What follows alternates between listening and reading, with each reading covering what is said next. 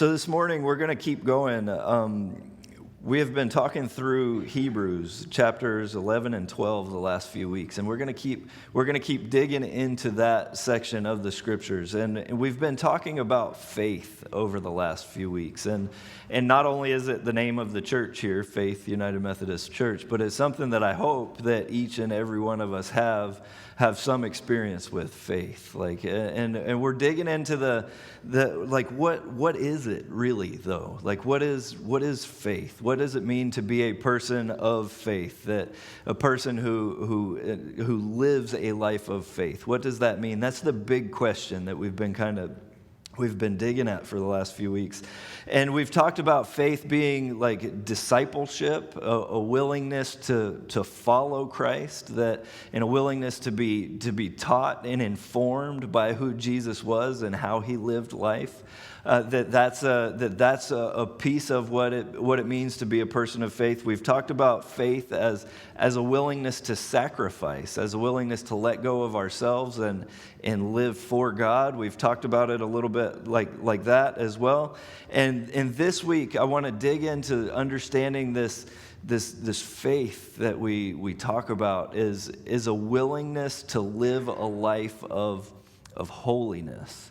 Now I know like everybody's like, woohoo, like, right? Everybody's super excited about that. Like faith as holiness. That's what we're talking about this morning. Now, I want to acknowledge that there is some baggage that comes along with this word holiness. All right? Like as an honest person, we just have to acknowledge that there is some baggage that comes along with it. And I want to have an exercise here real quick. Not like get up and do jumping jacks, but I want to invite you for a couple of minutes to reflect on what this idea, like this holiness is. So what I'm going to do is I want to invite you, if you feel comfortable, like put your hand up and I'll call on you and I'll repeat what you say so everybody can hear. But what has faith been, or what has holiness been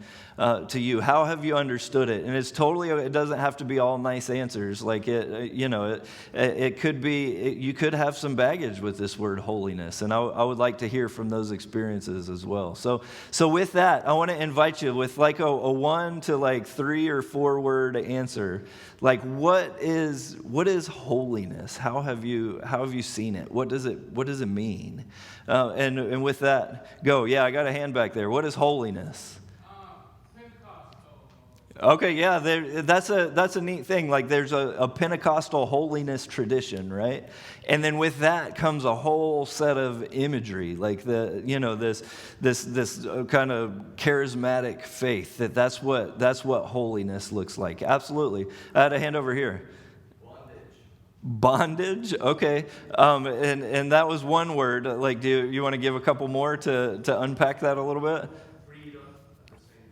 Okay. So bondage and freedom.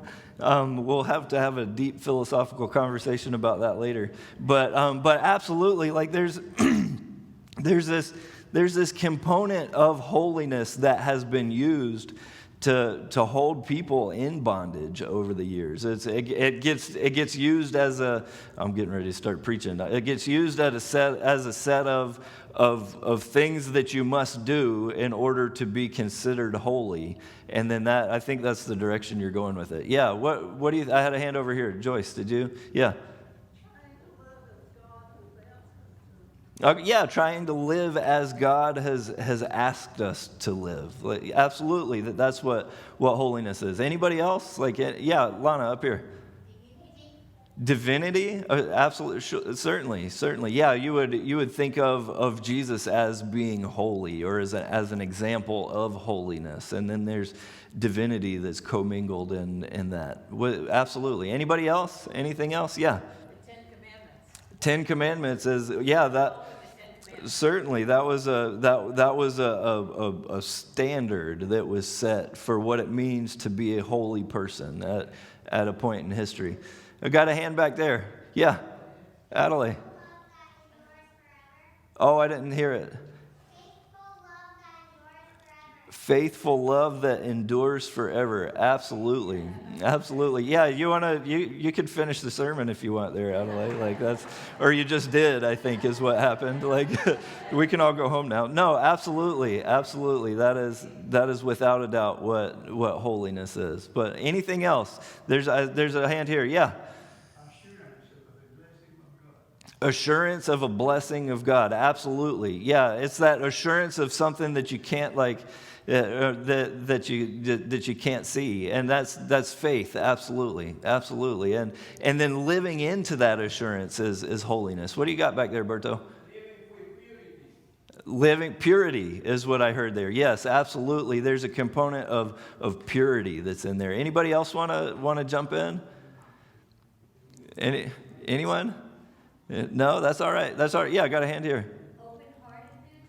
Open-heartedness, certainly. Yeah, holiness and open-heartedness. There's lots of neat stuff that's going on there, and I appreciate these answers absolutely. And I don't know if any of you have grown up in a tradition that kind of gets along the lines of where Jonathan was going earlier about.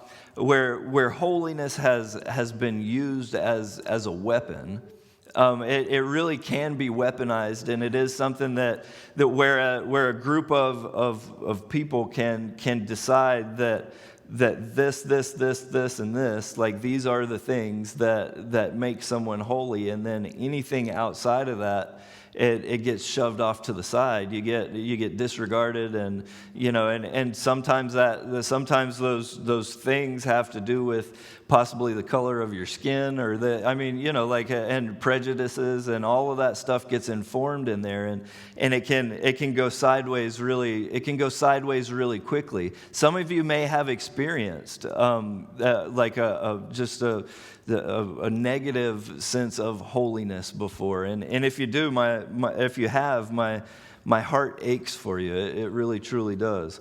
Hebrews chapter 12 is the scripture that we're digging into this morning. It's verses 14 through 29.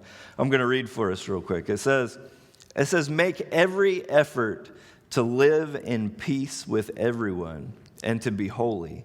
Without holiness, no one will see the Lord. See to it that no one falls short of the grace of God, and that no bitter root grows up to cause trouble and defile many. See that no one is sexually immoral or is godless like Esau. For a single meal sold his inheritance rights as the oldest son. Afterward, as you know, when he wanted to inherit that blessing, he was rejected, even though he sought the blessing with tears. He could not change what he had done. You have not come to a mountain that can be touched and that is burning with fire, to darkness, gloom, and storm, to a trumpet blast or such a voice speaking words that those who heard it begged that no further words be spoken to them, because they could not bear what was commanded. Even if an animal touches the mountain, it must be stoned to death. The sight was so terrifying that Moses said, I am trembling with fear. But you have come to Mount Zion, to the city of the living God, the heavenly Jerusalem. You have come to thousands upon thousands of angels in joyful assembly, to the church of the firstborn whose names are written in heaven. You have come to God, the judge of all, to the spirits of the righteous made perfect, to Jesus, the mediator of the new covenant, and to the sprinkled blood that speaks a better word than the blood of Abel. See to it that you do not refuse him who speaks. If they did not escape when they refused him who warned them on earth, how much less will we if we turn away from him who warns us from heaven? At that time his voice shook the earth, but now he has promised, once more I will shake not only the earth but also the heavens. The words once more indicate the removing of what can be shaken, that is, created things, so that what cannot be shaken may remain. Therefore, since we are receiving a kingdom that cannot be shaken, let us be thankful and so worship God acceptably with reverence and awe. For our God is a consuming fire. It's the word of God for the people of God. Thanks be to God. So this is the direction, the instruction, the command, if you will, the invitation that the writer here is giving to the Hebrews here, right? This is a group of Jewish folks. And the invitation to them is that they make every effort to live in peace with everyone and to be holy. Because without holiness, no one will see the Lord. And that invitation is extended to every single one of us. It's this invitation to live a life of holiness. All right, and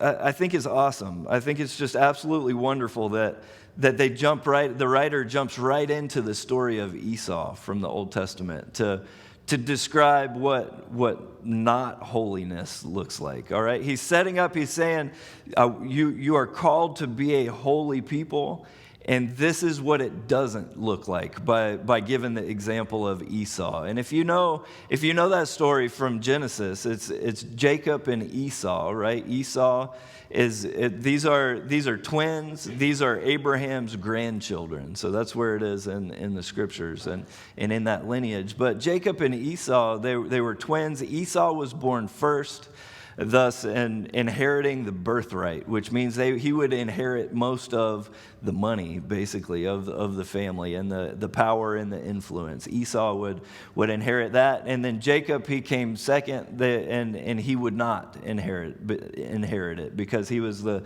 second born. Now, if you remember these two characters in the scriptures, they're described very, very differently. They certainly must have been fraternal twins, and not identical twins, right? Because they're two very, very different people. Esau, he's the macho kind of manly man. He's the outdoorsman. He's the woodsman. He's the hunter. He's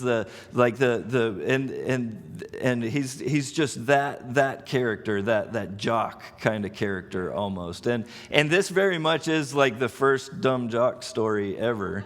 Like it really is. Like but Esau, it says that he's muscular and that he's covered with red hair. Apparently that has something to do with manliness in the Old Testament. But he is that outdoorsman, okay? And Jacob is not so much. And Jacob's described as being one that would just be happy to kind of sit around and camp all day long, right? And there was a time in their story where Esau, he's been working hard, he's been out sweating, and he's dirty, and he's hungry, he's worked hard all day long, and he comes back home, and I picture it like this. It's like me hungry, like, right? Like, and he walks in, and Jacob is sitting there fixing a big bowl of soup, and he's like, man, I need to eat something now, need food now, and he says, I will give up my birthright so that if I can get food right now. And Jacob is like, really?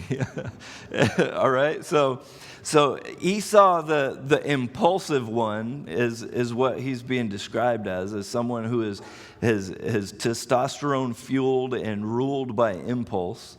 He sells his birthright for a bowl of soup that he probably was going to get anyways, right? Like when it comes down to it, they weren't going to let him go hungry. So he sold his birthright on the whim of impulse. That is the opposite of what holiness is, and in the writer's mind here, it's choosing and making a deliberate choice to not let impulse rule your life. That's holiness. That is a pursuit of God where we invite the impulsiveness to take a back seat. It's things like thinking before we speak, right? Like, and that's one of that might be one of the most difficult, like, impulse things to break, and at many levels, like the invitation to think before you say something, and to pray on it before you respond, and to respond in a way that's going to bring life to the people that you're in communication with, rather than responding in a way that's going to bring brokenness. Because that's too often the way that we want to respond, is in a way that's going to bring brokenness, right? Like that's that first impulse a lot of times. Yet I guarantee you, everyone sitting in this room, anyone that you would consider to be a holy person, who has been a part of your life, whether it be a neighbor or a friend or a grandparent or a parent or whoever, these holy people, I guarantee you that as you've talked to them throughout the years, the conversation that they've had with you has been less about themselves and more about how do I help this person who needs some help, and how do I speak truth, and how do I speak life into their life, rather than just giving them my own opinion, and if they don't do what I think they should do, then they deserve to suffer. Do you see what I'm saying? Like that's the difference, the nuance when it comes to being a holy person. Is someone who doesn't allow that impulse to do violence, is really what that is. It's who doesn't allow that impulse to continue the brokenness in the world around us. It's choosing nonviolence with ourself first, right? Like, and some of the most violent relationships that many of us live in are relationships with ourselves, right? Where we doubt ourselves, where it's just those voices from the past that continue to speak brokenness into our lives, right? Like those kinds of things, and that's something that needs healing, and it's choosing to live nonviolence with others, and it's choosing to live nonviolence with all of creation, not just other human beings, and yet we live in a world where we are just happy, it seems like, to fill the ocean full of plastic and to judge other people groups and to just those bad people, like, right? Rather than there being a invitation of knowing them, of speaking peace and speaking wholeness into their lives. I want to kind of wrap this up with Jesus as an example of holiness. And I can't, as a nonviolent example of holiness. And I can't think of a better illustration than this, is that Jesus, as he was, the divine one, right? Jesus, God incarnate. Jesus who walked this earth and brought healing and peace and love into the world. As he was hanging on the cross, right? As the violence in the world, like, caught up to him and was there threatening to take his life, Jesus could have, and if I was Jesus, I would have chosen to, like, float down off the cross, right, and finger lightning bolt everybody, like, right, like, and just be done with it. Jesus, hanging on the cross, listen to this. He says, "Father, forgive them. They don't know what they're doing." And that, folks, that is holiness at the deepest level, is the willingness to recognize that people are human beings, the willingness to love even in the face of hatred, the willingness to to seek the best interests of someone that might be, that might bring violence into your life. Though situations of abuse, you certainly have to back away from those kinds of things. But you have to get away from that. But being someone who brings peace and hope into this world, that's what holiness is all about. It has been too common that Christians have come up with like cultural systems like that kind of hierarchies of behaviors where we decide all of these things are holiness, and then that creates an in-group and everyone else is an out-group. I would challenge that whole system, and I would say that holiness is more about forgiveness and love and grace and exemplifying who Jesus was and how he treated people, rather than the cultural stuff that we often bring into church. I'm going to leave it right there, and Nikki's going to lead us in one more song. Thank you so much, Pastor Matt. If you're able, please stand, and we will conclude our service.